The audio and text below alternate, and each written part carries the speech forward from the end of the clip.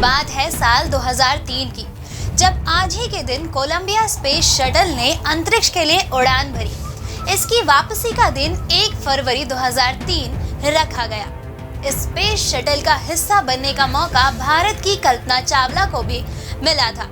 इससे पहले भी कल्पना कोलंबिया फ्लाइट STS-87 का हिस्सा बन चुकी थी। 10.4 मिलियन माइल्स का वह सफर पृथ्वी के 252 चक्कर काटने के बाद सफल साबित हुआ था, जिसके बाद STS-107 को लॉन्च किया जा रहा था, जिसमें एक बार फिर से कल्पना चावला को चुना गया था।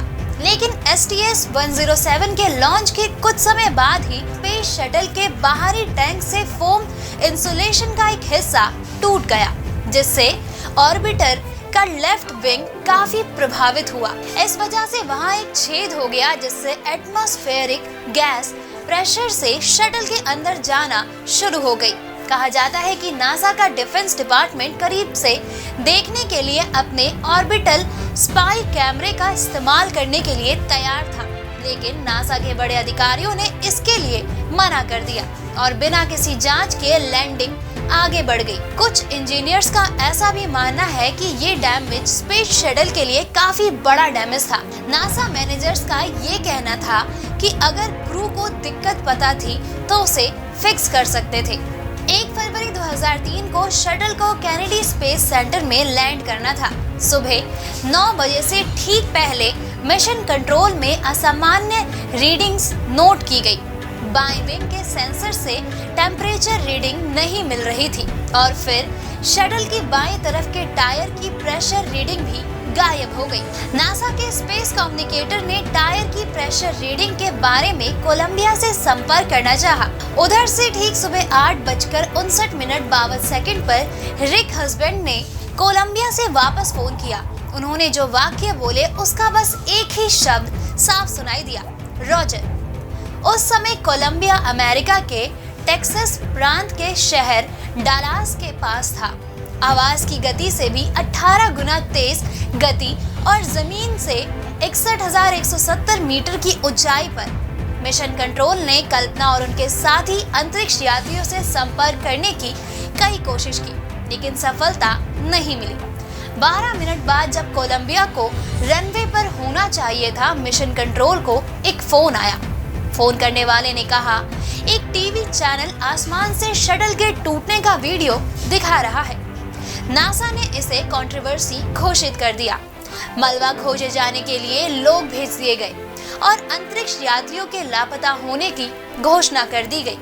उस समय नासा के प्रशासक रहे शॉन ओ कीफ ने कहा, यह वास्तव में नासा परिवार के लिए STS-107 का उड़ान भरने वाले अंतरिक्ष यात्रियों के परिवार के लिए और इस राष्ट्र के लिए एक दुखद दिन है। मलबे की खोज में हफ्तों लग गए, क्योंकि यह अकेले पूर्वी टेक्सास में लगभग 2000 वर्ग मील के क्षेत्र में बिखरा हुआ था। आखिरकार नासा ने इस शटल के 84,000 टुकड़े बरामद किए, जो वजन के हिसाब से कोलंबिया का सिर्फ 40% हिस्सा थे। इन्हीं 84,000 टुकड़ों में कल्पना और उनके बाकी साथियों के अवशेष भी मिले थे, जिनकी पहचान DNA से की गई थी।